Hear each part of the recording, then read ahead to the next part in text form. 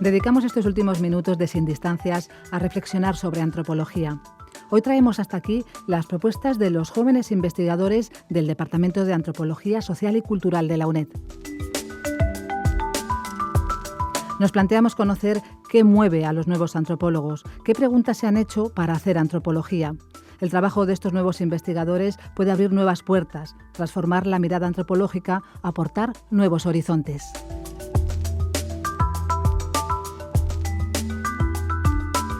Varios investigadores del Departamento de Antropología han realizado un seminario de investigación en el que se han planteado estas preguntas. Nos acompañan Livia Jiménez, Sandra Fernández, Jorge Moreno y Juan Delgado. Todos ellos son investigadores, aunque se encuentran en diferentes estadios. Unos están preparando el trabajo de campo, otros están en investigación postdoctoral y otros están escribiendo la tesis. Queremos saber cómo hacer antropología hoy en día y que nos expliquen qué les mueve, cuál es su deseo de conocimiento o, como denominaba Agustín de Hipona, cuál es su libido ascendi. Habla con ellos Montserrat Cañedo, profesora del Departamento de Antropología de la UNED, y a quien preguntamos qué aportan los nuevos antropólogos a esta disciplina. Yo pienso que a medida que uno avanza en la carrera académica, obviamente va ganando oficio y va ganando un dominio sobre la tradición disciplinar, pero en cierto modo también a veces pierde cierta frescura o cierto oído, ¿no? Yo creo que la antropología, obviamente, como en toda disciplina, es importante el oficio, pero también el oído. El oído tiene que ver, yo creo, con una capacidad de escuchar y de dar forma a qué preguntas son relevantes en una época, ¿no? Y en ese sentido yo pienso que la juventud, lo que puede aportar la juventud, tiene que ver precisamente con captar, con tener ese oído y captar de alguna manera qué hay de relevante en una época, ¿no? ¿Qué emerge de relevante en una época, ¿no? Entonces, en ese sentido, pienso que la fuerza de renovación que tienen las generaciones de investigadores jóvenes sobre la tradición antropológica tiene que ver precisamente con esto, ¿no? Lo que yo quería hablar con ellos hoy en este marco de este programa tiene que ver precisamente con que nos cuenten un poco o que podamos percibir un poco cuál es su oído, ¿no? Entonces, la pregunta que les voy a hacer un poco para que ellos nos cuenten y para que los conozcáis también y conozcáis qué tipo de investigación hacen, es por un lado que nos cuenten así brevemente cuál es el tema que investigan, ¿no? Quién son y cuál es el tema que investigan, y después también que nos cuenten un poco cuál es la pasión que les impulsa, o sea, por qué han decidido que ese tema es importante, qué pregunta, qué inquietud, por qué un estudiante solvente, incluso brillante, como son ellos, deciden irse a hacer trabajo de campo, dedicarse a la antropología y no dedicarse a otra disciplina. ¿Por qué la antropología importa o por qué la antropología les importa, ¿no? O sea, es una pregunta un poco por la libido ascendi, por la pasión científica que hay detrás del tema de investigación, ¿no? Entonces, si os parece, vamos a hacer un turno, cada uno se va a ir presentando, son varios, cada uno os voy a dejar que os presentéis y que contéis un poco en un minuto cuál es el tema y en 3 cuál es la pasión ascendi que os mueve. Livia, si quieres empezamos por ti. Buenos días, yo soy Livia. Mi tema es la etnicidad, que ya trabajé en la tesis.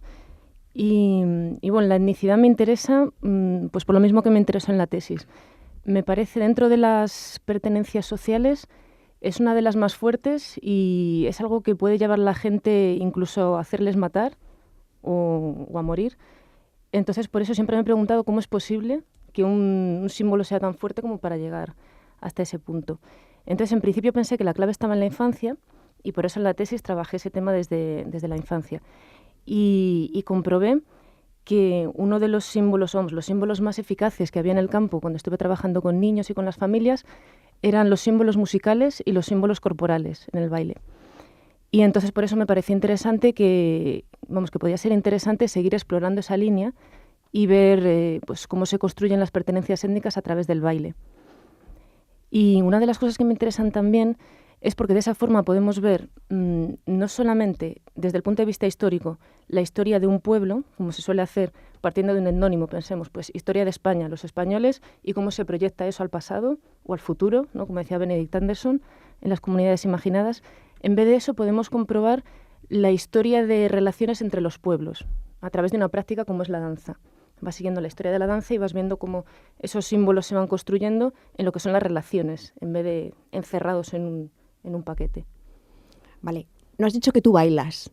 Sí, bailo. ¿Y cuál es la relación entre que tú bailes y que hagas una antropología de la etnicidad a partir de la danza? Bueno, el baile es una afición, es algo que siempre he hecho porque me gusta, porque me divierte. Una pasión también, si prefieres llamarlo así. Y nunca había puesto en conexión lo que son mis intereses, digamos, más científicos, más intelectuales, con lo que me apasiona, con lo que me gusta más.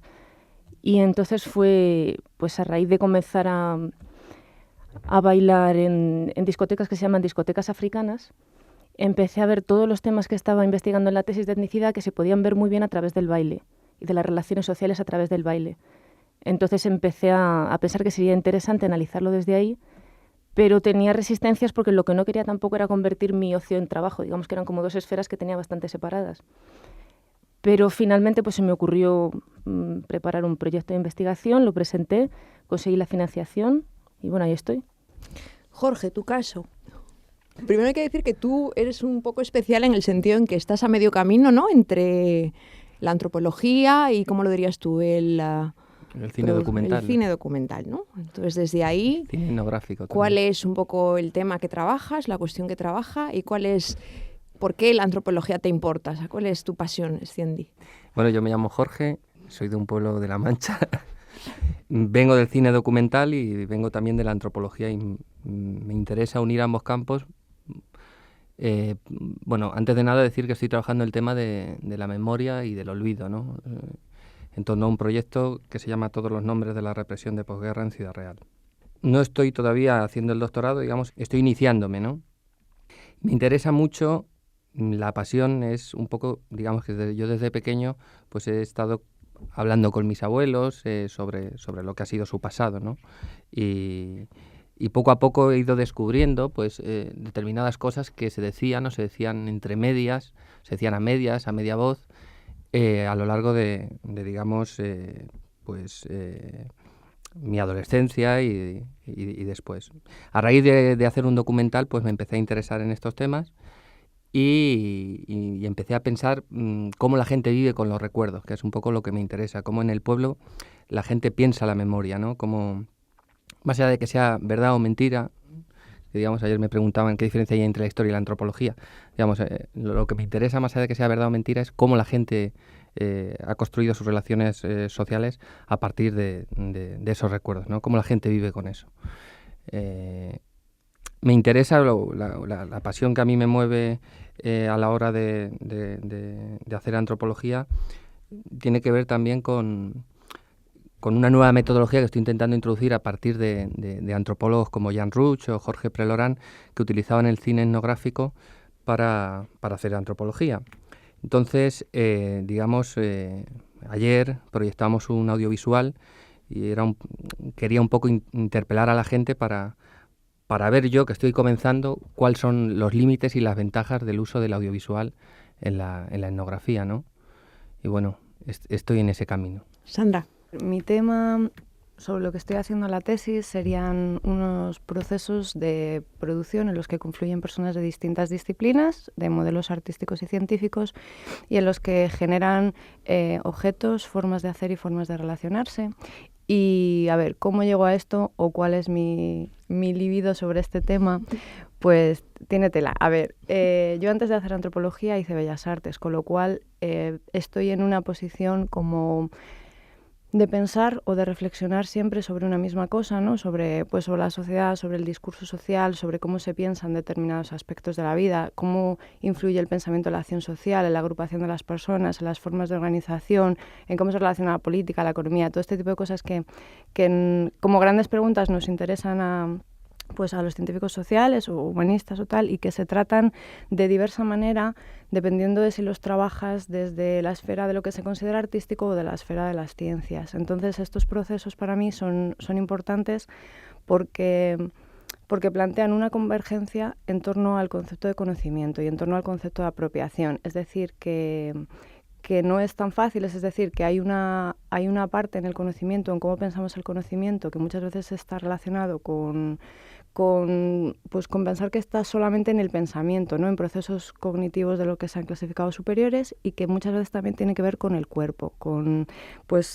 la pasión, ¿no? Que la pasión y el pensamiento no son cosas diferentes, que están unidas por una concepción del cuerpo, y que es cómo eso se refleja en cómo se piensan los objetos y las personas, incluso a veces las personas como objetos o las separaciones, ¿no? Estas dicotomías de cuerpo-mente, naturaleza-cultura, todo este tipo de cosas. Entonces, para mí es una forma de reflexionar sobre la forma en la que nosotros percibimos y reproducimos el mundo y, por tanto, generamos un discurso social que tiene unas repercusiones tremendas en nuestra vida, y puedo hacerlo a través de, pues eso, de ver cómo estas personas trabajan y generan estos modelos. Juan. Bien, en mi caso, bueno, procedo del mundo de la música y actualmente también me dedico a ello profesionalmente en un campo bastante polifacético, porque yo he estudiado piano, soy pianista, pero también he estudiado el título superior de composición, de etnomusicología. He estudiado producción musical, soy multiinstrumentista aparte de pianista, y entonces realmente cubro bastantes aspectos relacionados con la música. Desde siempre me ha interesado, también estudié filosofía y antropología, y me ha interesado la mirada antropológica acerca de la música, especialmente en mis estudios de etnomusicología, que han sido básicamente orientados desde ese punto de vista. Entonces, digamos que el modo en que lo enfoco y el porqué de interesarme desde la antropología hacia la música viene por una necesidad de la comprensión de la música dentro de los paradigmas sociales actuales. Creo que para ello me apoyo tanto en modelos clásicos dentro de la antropología de la música, la línea de esquemas básicos como ya los que tenía Merriam hace un montón de años, separando el sonido de las prácticas musicales y de las conceptualizaciones sociales en torno al sonido.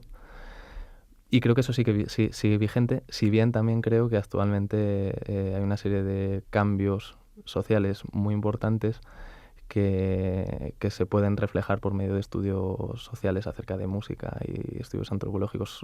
Cambios sociales a gran escala que se reflejan en la música, y que incluso creo que en la música, no solo en la música, sino en el entorno de la música y la industria musical, se anticipan cuestiones que van ocurriendo socialmente años más tarde, y que hasta se puede prever un poco.